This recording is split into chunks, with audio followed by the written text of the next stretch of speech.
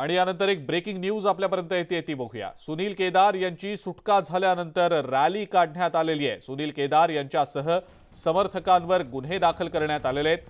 केदार यांच्यासह 100 कार्यकर्त्यांवर गुन्हे दाखल झाल्याची माहिती मिळते।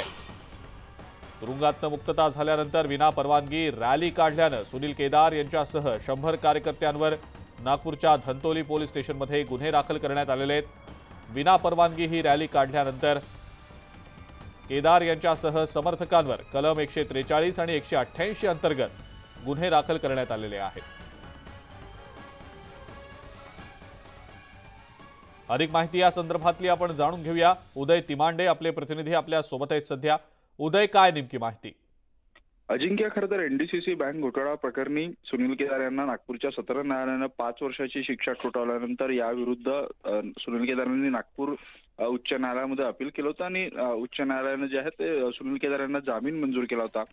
हा जामीन मंजूर झाल्यानंतर काल ज्यावेळी सुनील केदारांची तुरुंगातून मुक्तता करण्यात आली त्यावेळी जवळपास 2 ते 2.5 हजार सुनील केदार समर्थक कार्यकर्ते तुरुंगाच्या बाहेर जमा झाले होते आणि त्यांनी विना परवानगी रॅली काढत राजकीय शक्ती प्रदर्शन केलं होतं। यावेळी काही आक्षेपार्ह गोष्टी देखील या रॅलीमध्ये करण्यात आल्या आणि विना परवानगी ही रॅली काढून ट्रॅफिक जाम सारख्या गोष्टी ज्या आहेत त्या काल शहरात घडल्या आणि याची दखल पोलिसांनी घेत धंतोली पोलीस स्टेशनमध्ये सुनील केदार यांच्यासह 100 समर्थकांवर जे आहे ते कलम 143 आणि 188 अंतर्गत गुन्हे दाखल करण्यात आलेले। त्यामुळे हे गुन्हे दाखल झाल्यानंतर पुन्हा एकदा सुनील केदार यांच्या अडचणी वाढण्याची या प्रकरणात शक्यता आहे, कारण आधीच सुनील केदार जामिनावर बाहेर आणि त्यात आता त्यांच्यावर हे गुन्हे दाखल झालेले आहेत। त्यामुळे आता इथून पुढे सुनील केदार यांच्या अडचणी काय वाढतात आणि पोलीस या गुन्हे दाखल झाल्यानंतर काय कारवाई करतात हे पाहणं देखील तितकंच महत्त्वाचं असणार आहे। उदय, धन्यवाद। सविस्तर माहिती आपण दिलीत त्याबद्दल।